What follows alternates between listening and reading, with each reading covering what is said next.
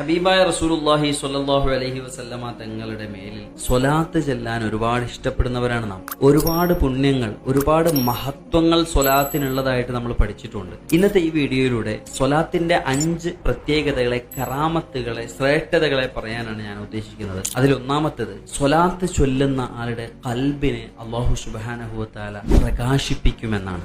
രണ്ടാമത്തെ പ്രത്യേകത, മുത്താറ്റൽ നബി സ്വല്ലല്ലാഹു അലൈഹി വസല്ലമ തങ്ങളുടെ ശഫാഅത്ത് അവനുണ്ടാകും.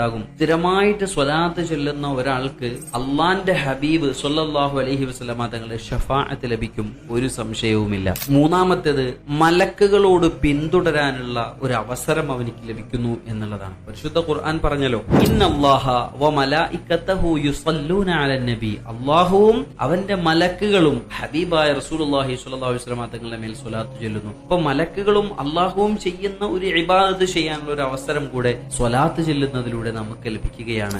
നാലാമത്തെ കറാമത്ത് എന്താണെന്നറിയോ? ഒരിക്കലും സ്വലാത്ത് ചെല്ലുന്നവൻ ഒരു മുനാഫിഖ് ആവില്ല, കാഫിർ ആവില്ല, സത്യനിഷേധിയാവില്ല, കപട വിശ്വാസിയാവില്ല. അഞ്ചാമത്തേത്, തെറ്റുകുറ്റങ്ങളെ മായ്ച്ചു കളയുകയും ചെയ്യും. എത്ര തെറ്റുകൾ ചെയ്തവരാണെങ്കിലും സ്വലാത്ത് ചൊല്ലുന്നതിലൂടെ അവന്റെ എത്രയോ വർഷത്തെ പാപങ്ങളെ അല്ലാഹു സുബ്ഹാനഹു വ തആല മായ്ച്ചു കളയും എന്ന് മഹാന്മാരായിട്ടുള്ള ആലിമീങ്ങൾ, പണ്ഡിതന്മാർ എഴുതി വെച്ചിട്ടുണ്ട്.